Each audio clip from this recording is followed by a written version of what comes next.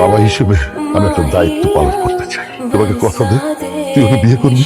উনি আমার ভাইয়ের ওয়াইফ, এটা ইম্পসিবল। সরি বাবা। তুই যদি রাজি না হোস, আমি জয়কে নিয়ে এই বাড়ি থেকে চলে যাব।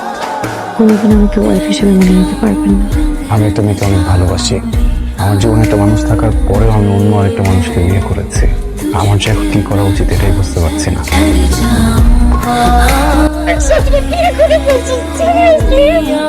তোমার সাথে যেটা হয়েছে এটা অনেক খারাপ হয়েছে। তুমি না জাস্ট একটা জিনিস জানি, আমি তোমাকে অনেক আমি আপনার জন্য ডিনার রেডি করে রেখেছি। খাইনি। এই সম্পর্কটা শেষ করে ওকে বিয়ে করবো। যে অবশ্য বিয়ে করেছি, আজকে তারই ছোট ভাই আমার হাজবেন্ড। তখন দেখলাম সেও আমাকে ছেড়ে দিয়ে তার জীবনটা গোছাতে চায়। এখানেও তো আমার কিছু বলার নেই।